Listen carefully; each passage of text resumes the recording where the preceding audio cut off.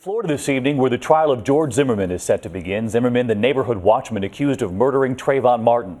Opening statements begin tomorrow morning, and tonight here, three major questions as the trial starts. How long is it expected to last? Will George Zimmerman himself take the stand in his own defense? And how crucial will that 911 call be, those cries heard on tape, in deciding his fate? ABC's Byron Pitts is in Sanford, Florida for us tonight. It's the case that's renewed America's long, bitter, and polarizing debate over both race and guns. Neighborhood watchman George Zimmerman now facing trial for second-degree murder in the death of 17-year-old Trayvon Martin. The jury of 6 women will be sequestered during the trial, which is expected to last 2 to 4 weeks.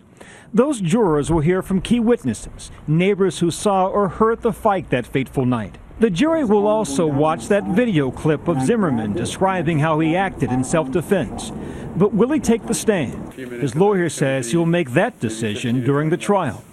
One of the toughest jobs for the jury, determining who was crying out for help on that 911 call. Prosecutors have argued that it's Martin's voice, with voice experts to back that up. But Zimmerman's lawyers countered with their own experts, saying it was his voice.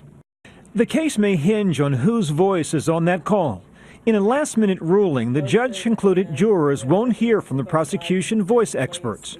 Why is that considered a setback for the prosecution? Because the prosecution wants their expert to testify that it's Trayvon Martin's voice that we hear. Why? Because there's this phenomenon of listener expectation or listener bias. That is, if you're told you're going to hear something, you're likely to hear it, whether it's there or not. If convicted, George Zimmerman could face life in prison, though few expect him to receive the maximum penalty if he were found guilty.